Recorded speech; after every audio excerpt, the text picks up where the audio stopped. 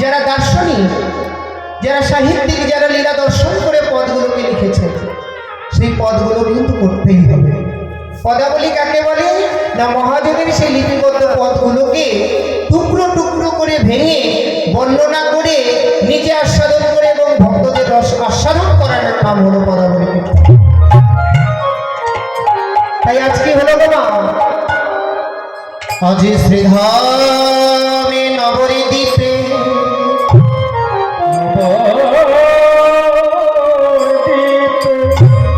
সচি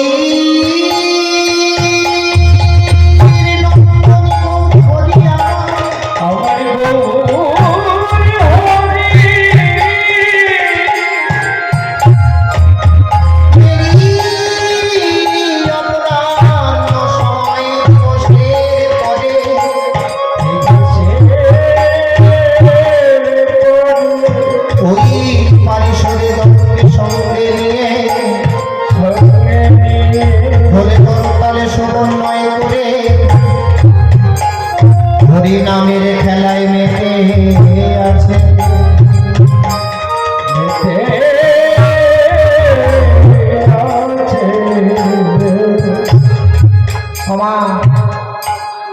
আজি শ্রীধাম নবদ্বীপে শচীনন্দন গৌরহরি বিষ্ণুপ্রিয়ার প্রাণের নাম জগাই মাধাইয়ের দীপাকাদি উদ্ধারকাদি নিতাইয়ের প্রাণের ধন নদিয়াবাসীর নয়নের মণি। তিনি আজকে কি করলেন? বেলি অপরাহ্ন সময়ের পরে, মানে বেলি অপরাহ্ন সময়ের পরে খোলে পড়া তালকে সমন্বয় করে প্রিয় পারিষদগণকে সঙ্গে করে শ্রীবাস অঙ্গনে হরিনাম করছে। শ্রীবাস অঙ্গনে গেল, নদিয়ায় কি কোনোদিন কোনো জায়গা ছিল না? না, শ্রীবাস, শ্রী মানে সুন্দর, বাস মানে বাসস্থান। মহাপ্রভু যে অঙ্গনে বাস করে সেটি হচ্ছে শ্রীবাস অঙ্গ। তাই মহাপ্রভু কি করছেন? প্রিয় সমস্ত পারিষদগণকে সঙ্গে নিয়ে হরিকথাতাল সমন্বয় করে আজ তিনি হরিনাম করছেন। আমরা প্রত্যেকে করব। দেখি দেখি কে হরিনাম করতে চাই একটু হাত তুলবেন। আত্মনিবেদন না করলে কিন্তু গৌর গোবিন্দের কৃপা হবে না। তাই সবাই মিলে হাত তুলে একসঙ্গে হরিনাম করব। হরে কৃষ্ণ হরে কৃষ্ণ কৃষ্ণ কৃষ্ণ হরে রাম হরে রাম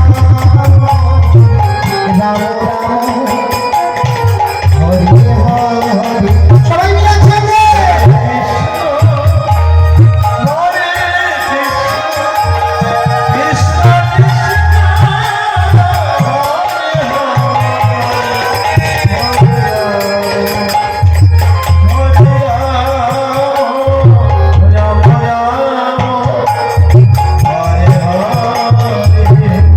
Hare Krishna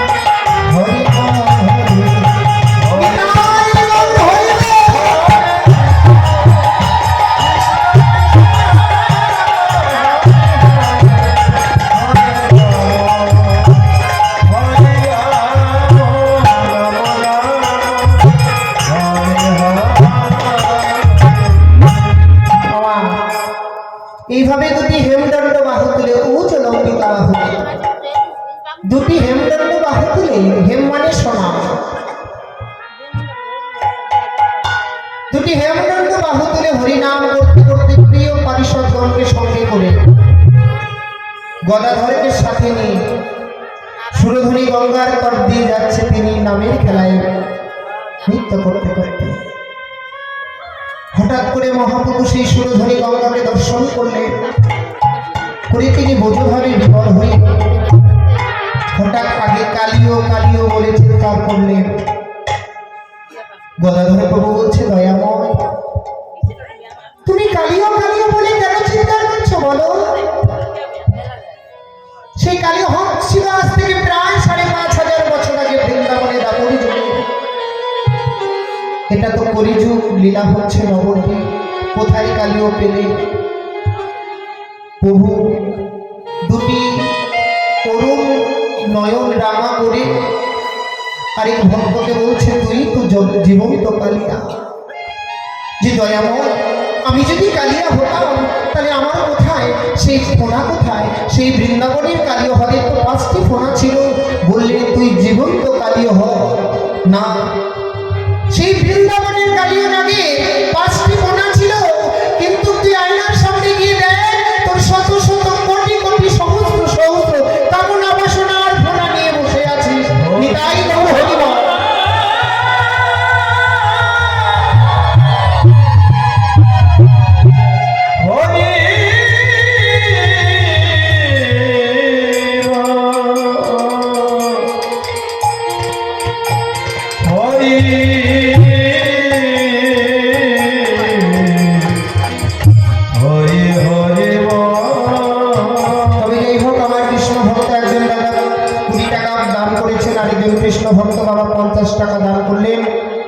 এই দানে যেন গোবিন্দের ভান্ডে জমা হয়, আর আমি নিয়ে যেন আমার গিরিধারী গোপালের সেবায় নিযুক্ত করতে পারি। তাই গৌর হরিবল।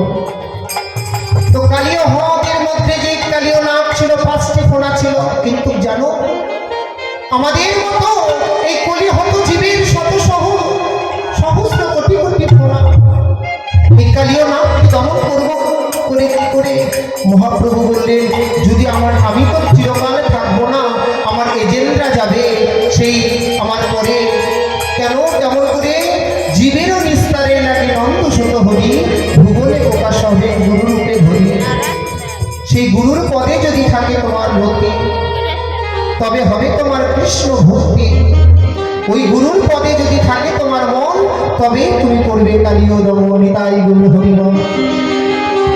তাই মহাপ্রভু আজ কি করলেন না, বোঝভাবে বিবর হয়ে সেই সুরধনী গঙ্গার তীরে দাঁড়িয়ে, সুরধনী গঙ্গার তীরে দাঁড়িয়ে ওই সুরধনী গঙ্গাকে যমুনা যমুনা বলে ডাকছে। কেমন করে বলছে? যমুনা যমুনা, তুই তো সেই পূর্বের যমুনা। তাই মহাপ্রভু সেই সুরধনী গঙ্গাকে দর্শন করে তিনি আজ বোঝভাবে বিবর হলেন। কেন না, বোঝো রস আস্বাদন করবে, আর আমাদের মতো হতভাগা কলি জীবকে আস্বাদন করাবে। তাই মহাপ্রভু ডেকে ডেকে বলছে, যমুনা রে, বলি যমুনা তুই সে যমুনা যমুনা প্রভাবিনী যমুনা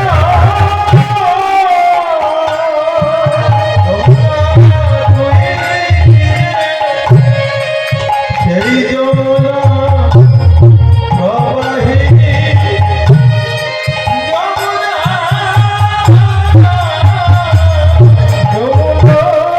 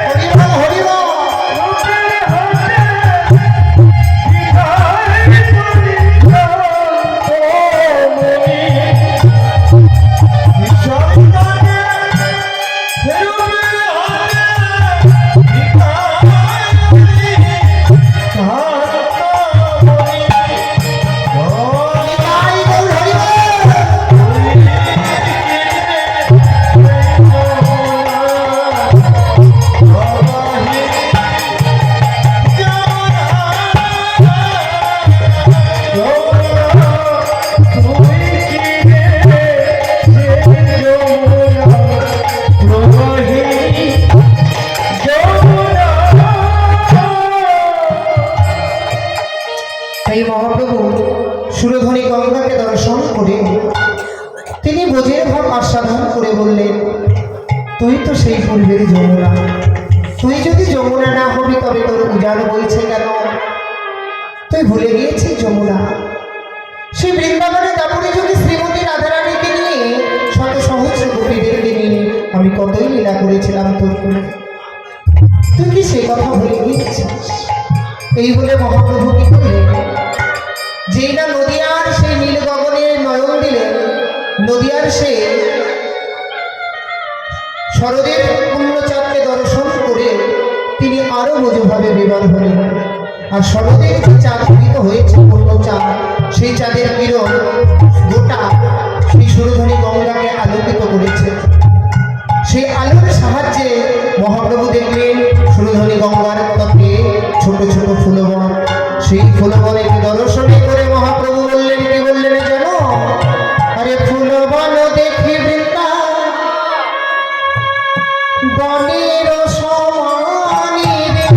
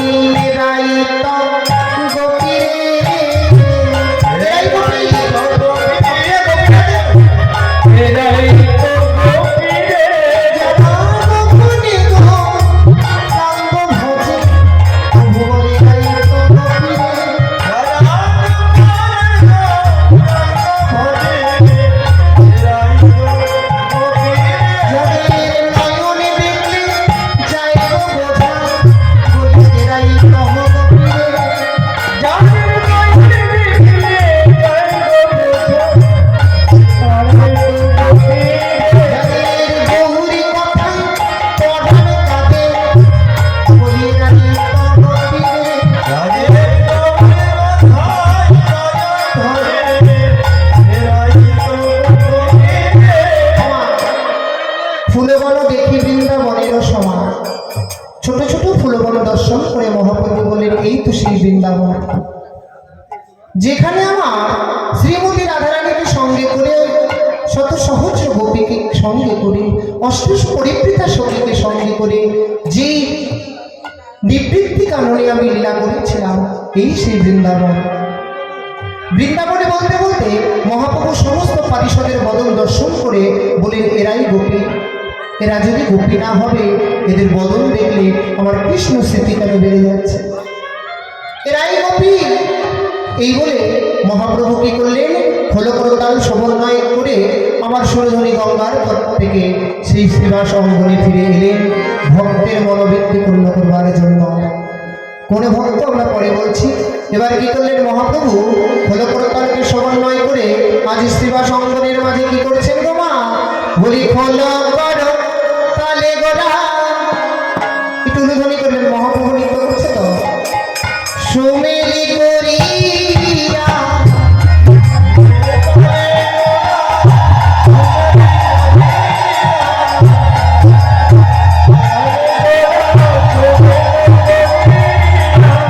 তাহার মাঝে নাচে গোরা জয় জয় হাতে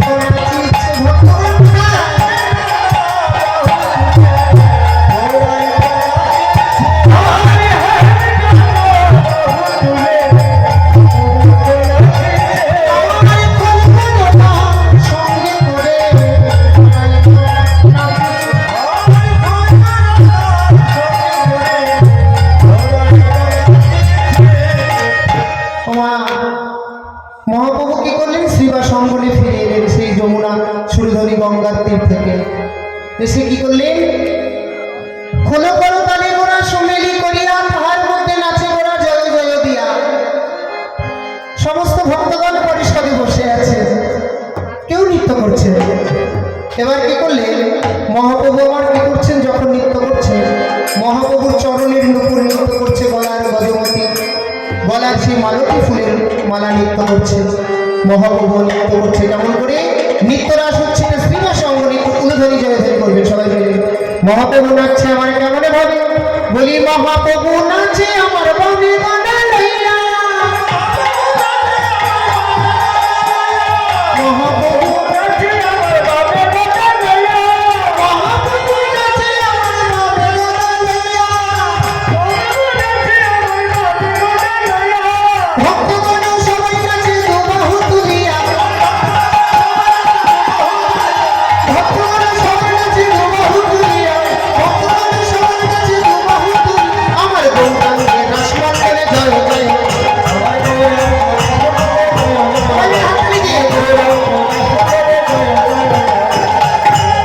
আমার কে কে নৃত্য করলো? মহাপ্রভু নাচে আমার বামে গদা লইয়া। কেন বাম দিকে গদাধরকে নিলেন? গদাধরকে ছিল পূর্বে রাধা। রাধারানী আত্মাটাকে গদাধরের মধ্যে প্রভু দিলেন আর দেহটাকে নিজে দিলেন।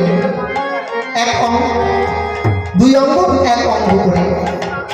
তাই গদাধরকে রাধার স্বরূপিণী বলা হয়। সেই গদাধরকে নিয়ে নৃত্য করছে। আর গদাধরকে যখন বাম দিকে নিয়ে মহাপ্রভু আবার নৃত্য করছে, তখন নিত্যানন্দ প্রভু মনে মনে ভাবছে, ভাই নৃত্য করছে, আমি করব না? এবার নিত্যানন্দ প্রভু নৃত্য করছে কেমন ভাবে? নিত্যানন্দ প্রভু নাচে দুবাহু তুলিয়া।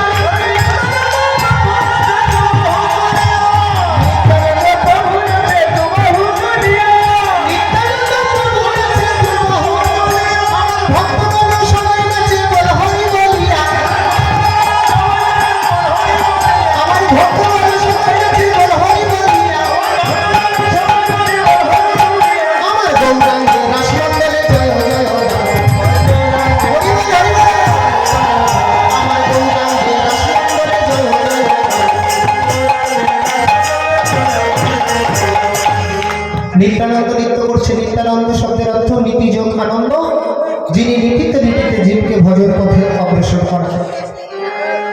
নিত্যানন্দের 8টি সন্তান, 2টি স্ত্রী ছিল ঘরে, কিন্তু গৌরীর কৃপা পেতে হলে নিতাইয়ের চরণ ধরে।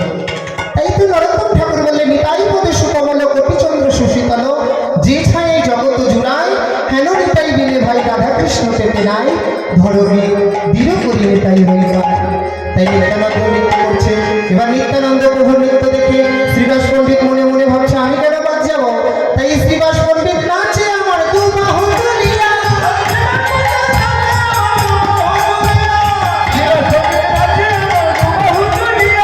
শ্রীবাস পণ্ডিত নাচে আমার দুবাহু তুলিয়া। শ্রীবাস ভবানী নাচে উলু উলু দিয়া। শ্রীবাস ভবানী নাচে উলু উলু দিয়া। আমার গৌরাঙ্গে রাসমণ্ডলে জয় জয়। আমার গৌরাঙ্গে রাসমণ্ডলে জয় জয়। মামা কে কে নৃত্য করলো? মহাপ্রভু, গদাধর, শ্রীবাস পণ্ডিত, নিত্যানন্দ। এবার আরেকজন আছে, পঞ্চতন্ত্রের চিত্রপটে দেখবেন। মাঝখানে মহাপ্রভু, তার ডানে নিত্যানন্দ, তার ডানে রয়েছে দেখবেন দাড়ি গোপ করে একজন হৃষ্টপুষ্ট মোটা গোটা ব্যক্তি। তার নাম হলো অদ্বৈত প্রভু। তিনি মনে মনে ভাবছেন, প্রত্যেকে নৃত্য করছে আর আমি বুড়ো বলে কি বাদ পড়ে যাব? আমিও নৃত্য করবো, যেমনি পারবো তেমনি করবো। তাই নৃত্য করতে গেলে হাত পা ছুটতে হয়। কিন্তু এই বুড়ো লোকটি অদ্বৈত প্রভু নৃত্য করছে কেমন ভাবে, তবে শুনুন। আমার অদ্বৈত প্রভু নাচে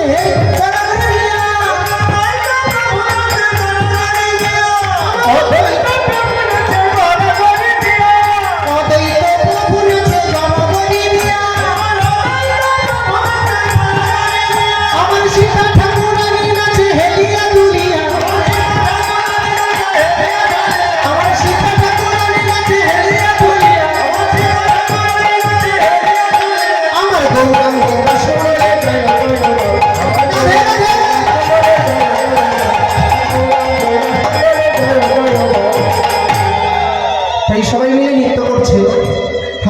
ছুঁড়ে ছুঁড়ে। কিন্তু এখানে প্রশ্ন, যে নৃত্য করছে গড়াগড়ি দিয়ে কেন?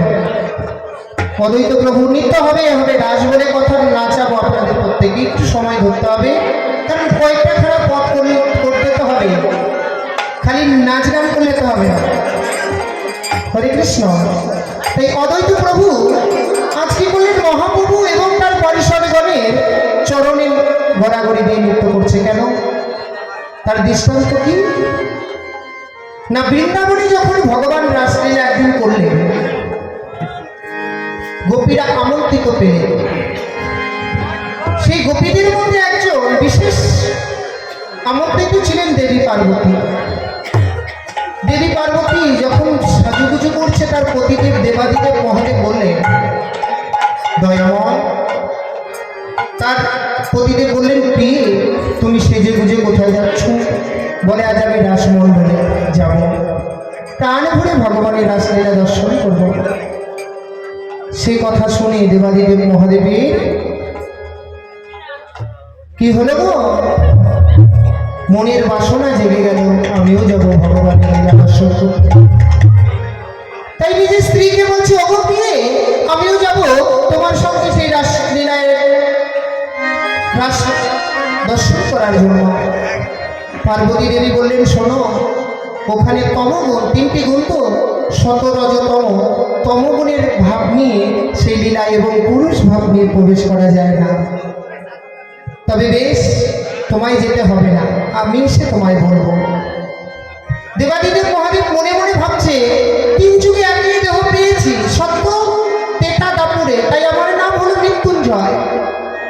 এই মৃত্যুঞ্জয় জনম পেয়ে যদি আমি ভগবানের রাসলীলা দর্শন থেকে বঞ্চিত হই, তবে এই সুন্দর জনম পেয়েই কি লাভ হলো?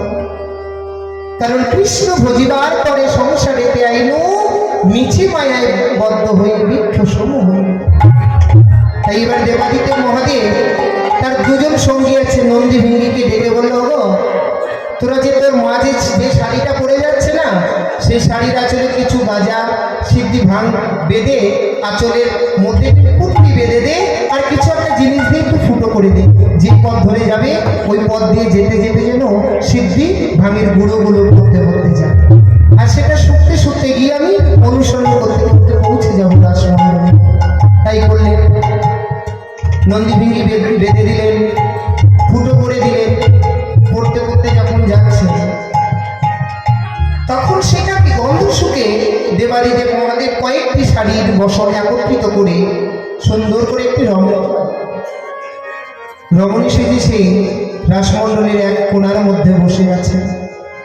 যেই মাত্র পুরুষ প্রবেশ করলে, আরে গোপী, আরে গোপীকে বলছে, ও না করি আজ কি হলো বল? আমরা নিত্য নিত্য ভগবানের লীলায় আসি, এই মণ্ডলে আসি, কোনোদিন তো এমন প্রেম ভিন্ন হয় না, আজ প্রেম হচ্ছে না কেন? প্রেম আমাদের হৃদয়ে কেন প্রেম যাচ্ছে না? প্রেম কাকে বলে? প্রেম আর কামের মধ্যে পার্থক্য লীলায় প্রবেশ করে আস্বাদন হবে। তখন এক নাগরী বলছে, মনে হয় কেউ প্রবেশ করেছে আমাদের ব্যতীত ছাড়া। খুঁজতে খুঁজতে গিয়ে দেখছে এক নাগরী পাশে বসে আছে একজন মোটা কাটা করে সুন্দর রমণী। যেই মাত্র ঘোমটাটা তুলেছে দেখলেন সেই দেবাদিদেব মহাদেব। ছুটতে ছুটতে গোপীরা গিয়ে ভগবানকে বললেন, ভগবান দেখো দেখো, হে দয়াময়, তোমার রাসমণ্ডলে সেই দেবাদিদেব মহাদেব এসেছে। ভগবান এসে বলছে, শোনো দেবাদিদেব মহাদেব, তুমি ফিরে যাও। কেন এলে? দেবাদিদেব মহাদেব আমার ভগবানের চরণে যুগলে হৃদয়ে জড়িয়ে ধরিয়ে নয়নের জলে বুকে ভাসিয়ে বলে, হে দয়াময়, হে দয়া, এত সুন্দরী যদি জনম দিলে, তবে তোমার ওই লীলা থেকে কেন আমায় বঞ্চিত করলে? দয়াময়, এত সুন্দর জনম যখন দিলে, তবে তমগুণের অহংকারী করে, গুণের অধিকারী করে কেন পাঠালে? আমি কি তোমার লীলা দর্শন করতে পারবো না? বললেন, শোনো, এই যুগে নয়, আগত কলি যুগে আমি তোমার মনোবৃত্তি পূর্ণ করব। দেবাদিদেব মহাদেব বলছে, দয়াময়, আমি যখন আজ এলাম, আমি তোমার চরণ ধুলি পাই বা না পাই, যেদিনই তোমার ওই ভব নদীর ঘাটে গিয়ে দাঁড়াবো, সেদিনই যেন হে দয়াময়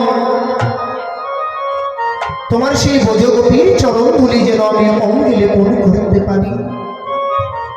ভগবান বললেন, বেশ, তোমার মনের বাসনা পূর্ণ হবে, আর তুমি কলিযুগে গিয়ে সেই অদ্বৈত প্রভু হয়ে জন্মগ্রহণ করবে। তুমি তীর তুলসী সুরধনী গঙ্গার জলে দিয়ে নয়নের জল ছেড়ে দিয়ে হাগর হাগর বলে যেদিন ডাকবে, তোমার ডাক যেদিন আমার কর্ণে প্রফুল্লিত হবে, আমি বৃন্দাবন লীলা সম্বরণে করে রাধাকৃষ্ণ মিলিত দুটি দেহ একত্রিত করে শশীগর্ভ সিন্ধু মাঝে অবতীর্ণ হব, নাম হবে গৌর হরি। আর আমি তোমায় কথা দিলাম, তোমার আমার ব্রজগোপীদের চরণ ধুলি যখন তোমার অঙ্গে মাখার এতই বাসনা, আমার গোপীদেরকে আমিও সঙ্গে করে নিয়ে যাব। কিন্তু তারা কি রূপে যাবে জানো? তারা 64 মহন্ত হয়ে যাবে ওই নদীয়ার বুকে। আর আমি কথা দিলাম, আমি সন্ন্যাস বস্ত্র গ্রহণ করে যেদিন আমি সন্ন্যাসী হয়ে নীলাচলে চলে যাব, তোমার মনোবৃত্তি পূর্ণ করবার জন্য এক রজনীর জন্য আমি শ্রীবাস অঙ্গনে আসবো, হলো করো তাল নিয়ে নৃত্য গীতি করবো, রাসলীলা করবো। আর সেদিন লীলার সময় তোমার মনের বাসনা তুমি মিটিয়ে নিও।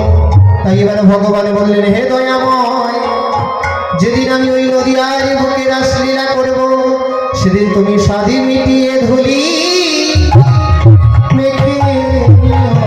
সেদিন তুমি সাধি মিটিয়ে ধুলি মেখে নিও। সাধি মিটিয়ে ধুলি মেখে নিও। তুমি যেদিন কৃষ্ণ থেকে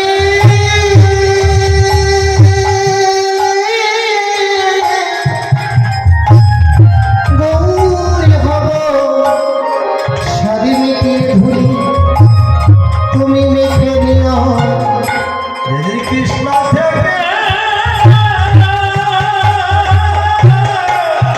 আমি গৌর হব, সাধিতে ধুলি মেখে নিও। যেদিন কৃষ্ণ থেকে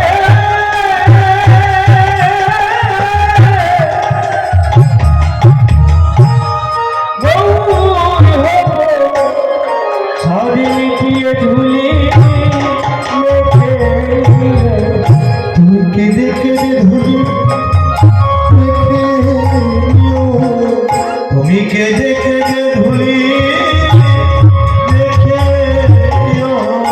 তুমি কেঁদে কেঁদে ধুলি মেখে নিও। তোমার মনের বাসনা তুমি পূরণ করো, সেদিন কেঁদে কেঁদে ধুলি মেখে নিও। তোমার মনোবাসনা পূরণ করো। কেঁদে কেঁদে ধুলি মেখে শোনো দয়াময়, দেবাদিদেব মহাদেব তুমি অদ্বৈত প্রভু হয়ে গিয়ে সেদিন রাসলীলার সময় কেঁদে কেঁদে ধুলি মেখে নিও। আর আমি যেদিন শচীগর্ভ সিন্ধু মাঝে যাব, সেদিন তুমি একাটা দেবে না, আমিও ভক্ত সেজে কি করবো জানো? বলি, আমি নিজে কাঁদিব আমি নিজে কাঁদিব আর কাঁদার কাঁদাইব। নিজে কাঁদিব আর কাঁদার কাঁদাবো। নামের ডালি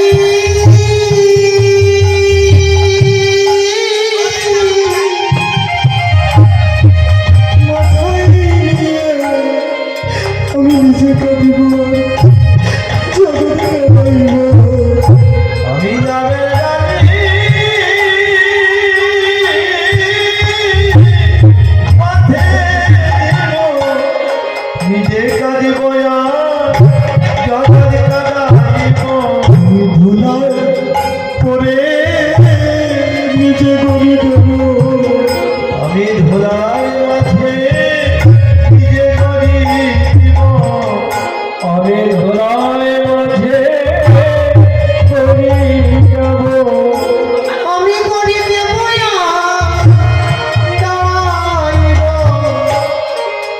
নিজে ধুলায় করি দেব আমি করে দিব আমি ধুলায়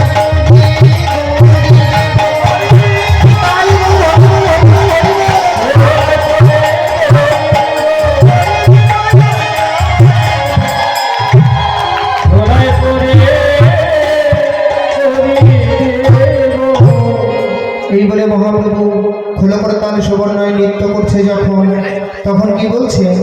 বলি বাজে খোলে বাজে খোল, বাজে খোলে বাজে খোল, বাজাতেও পারে না, বলো বাজে খোলে বাজে খোল। কি ব্যাপার, খোল বাজাচ্ছেন না কেন? যে বাজে খোল বলছে, বলি বাজে খোলে বাজে খোল। আমি এই দাদা ভাইকে বলিনি যে বাজাতে পারে না, বাজে খোল বাজে খোল। না বাজছে তো, হ্যাঁ ঠিক, বাজে খোলে বাজে না, বাজে খোলে বাজে খোল। খোলটি মানে কি? এটা খোল নয়, শ্রীখোল বা মৃদঙ্গ, মাটি দিয়ে তৈরি। এবার কি বললেন? মাটি দিয়ে তৈরি, দোয়াল দিয়ে আবরণ করা, ভেতরটি ফাঁকা। এই খোলটিকে যদি বাজানো যায় তবে বাজবে। তদ্রূপ মানব দেহটা হচ্ছে খোলের মতো, পঞ্চভূত দিয়ে তৈরি, খিতি অপদেশ মরুব্য। তাহলে এই খোলটি হলো বাজে খোল। যেই খোল বাজে, যেই খোল বাজালে বাজে না, সেটি হচ্ছে বাজে খোল, বাজে না। তাই এবার খোলে বেজে কি বললেন গো মা? এই খোলে বেজে মানব দেহের খোলকে বললেন, বলি তাকে ঢেকে তাকে ভি, তাকে ঢেকে তাকে ভি, যারা করে এসে সবাই ঘুমায়, তাকে ঢেকে তাকে ভি, আমার যারা ধ্বনি করে না, তাকে ঢেকে তাকে ভি।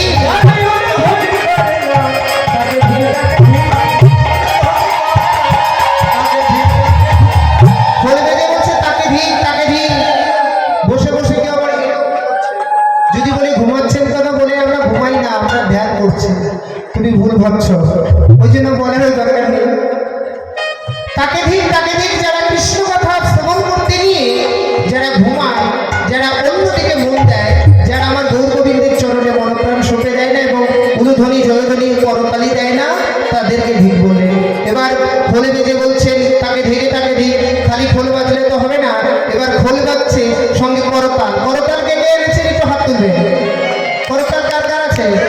প্রত্যেকের আছে। তাহলে এবার সবাই মিলে করতাল করতাল করতাল করতাল করতাল, কামনা বাসনা দূরে যাবে, করতাল করতাল, বাসনা দূরে যাবে, করতাল করতাল,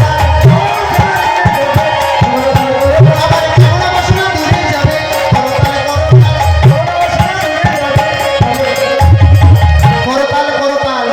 কামনা বাসনা একটি পাকা ফল গাছে যদি কতগুলো পাখি এসে বসে ফলগুলোকে নষ্ট করে ফেলে, কি করবেন? কিছু দিয়ে ঢিল মারবেন, নাহলে করতালি দেবেন, উড়ে চলে যাবে। এই পাকা এই মানব দেহটা পাকা ফলের গাছের স্বরূপ। 6টি পাখি বসেছে কাম করল মহমাসূর্য।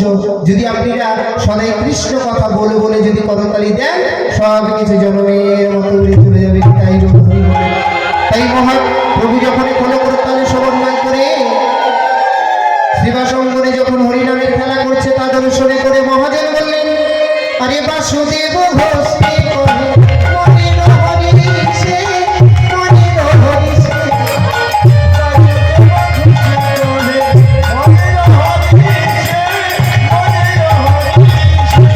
বাসুদেব ঘোষে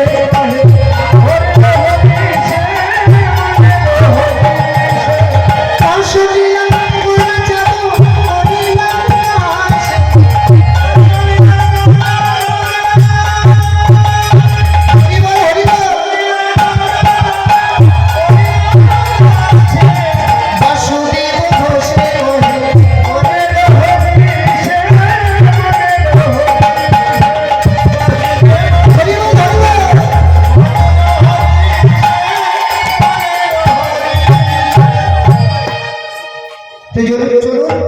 এতক্ষণ আমরা শ্রীধাম নবদ্বীপ লীলায় গৌরলীলা আস্বাদন করেছি।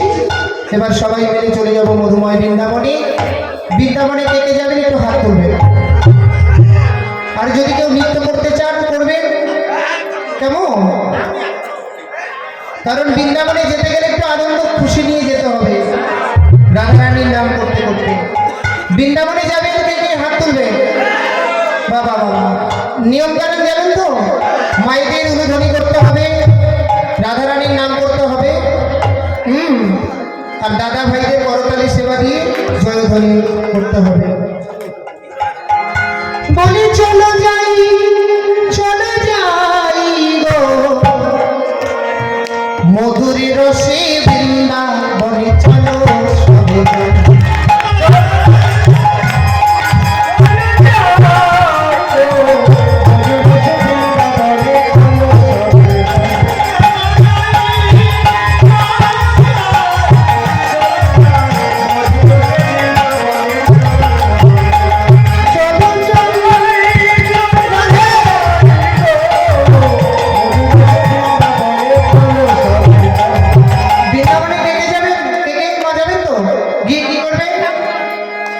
বৃন্দাবনে গিয়ে কি করবেন একটু কথা বলুন না। সারাদিন ঘরের মধ্যে বসেছিলাম, কথা বলতে যাবেন, বলুন বৃন্দাবনে গিয়ে কি করবেন বলে দেই। হের গোস্বামী কুন্দ রাধা কুন্দ হের গোমোহনের সরনাই।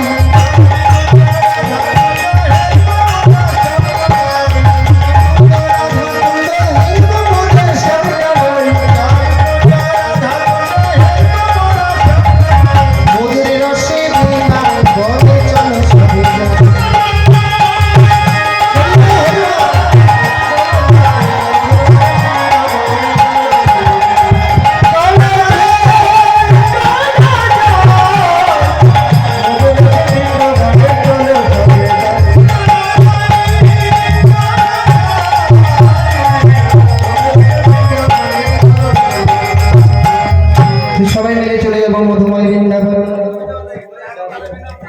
সবাই মিলে রাধারানীর নাম করতে করতে চলে যাব। সংক্ষেপে যাব, বৃন্দাবন লীলায় রাসলীলা আস্বাদন করি, নিত্য রসের সময় অনেকক্ষণ নৃত্য করাবো, কেমন? তাই সবাই মিলে রাধারানীর নাম করতে করতে চলে যাব মধুময় বৃন্দাবন। রাধে রাধে বলে